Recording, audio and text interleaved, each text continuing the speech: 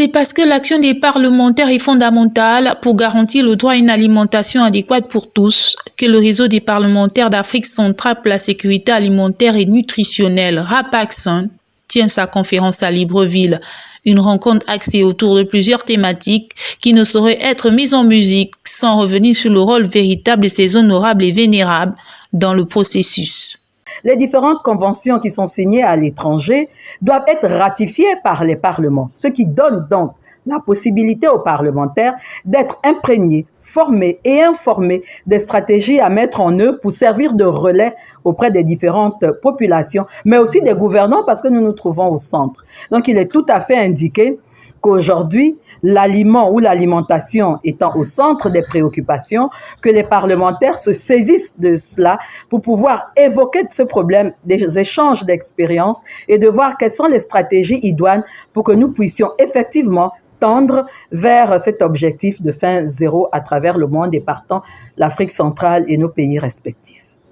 Alimentation et nutrition au cœur des échanges. Alimentation en quantité qui se veut surtout de qualité. Il y a un kakemono que nous avons conçu pour interpeller les uns et les autres.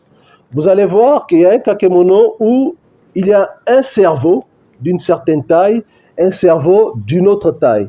Mais c'est tout simplement la différence se fait au niveau des nutriments, donc des aliments qui ont été utilisés. Pour des enfants ayant le même âge, je donne un exemple, 10 ans. L'un va avoir un cerveau qui est d'une certaine taille, qui pèse par exemple 40 grammes, et l'autre va avoir un cerveau qui fait 100 grammes. Mais la différence, c'est au niveau de la qualité des aliments que les parents ont utilisés pour les nourrir. Donc nous devons allier les deux, la quantité et la qualité dans ce que nous faisons. D'où l'importance de sensibiliser l'ensemble des acteurs pour que les populations s'en imprègnent et que l'on puisse arriver à des résultats escomptés. Un autre combat dans lequel le Gabon est résolument engagé. Cependant, beaucoup reste à faire, notamment avec le conflit homme-faune. Au niveau du RAPACSAN, nous avons juridiction sur 11 États. Et malheureusement, il se trouve que les 11 États, les 3/4 des États habitent dans la zone de forêt. Et malheureusement, la cohabitation. Il faut rappeler que la recrudescence de l'activité des pachydermes découle de la gestion qui n'est pas souvent rationnelle des écosystèmes forestiers. Parce que le pachyderme, il se nourrit de peut-être des essences qui ont été mal gérées en termes de permis. Et le président Mabala l'a fait observer. Aujourd'hui, si vous avez des concessions forestières à aménagement durable, on ne va plus tout couper. Mantoum, déjà à 30 km de Libreville, on est déjà dans l'emprise du conflit homme-faune.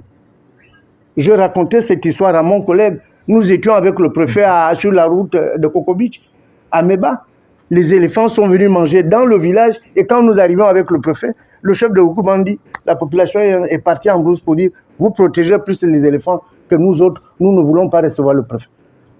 Donc je ne peux pas dire, moi en tant que parlementaire, que je suis content de l'emprise des pachydermes qui aujourd'hui font, au lieu de nous aider à aller vers la dimension de la sécurité alimentaire, viennent aggraver l'insécurité jusqu'à susciter la famine un jour.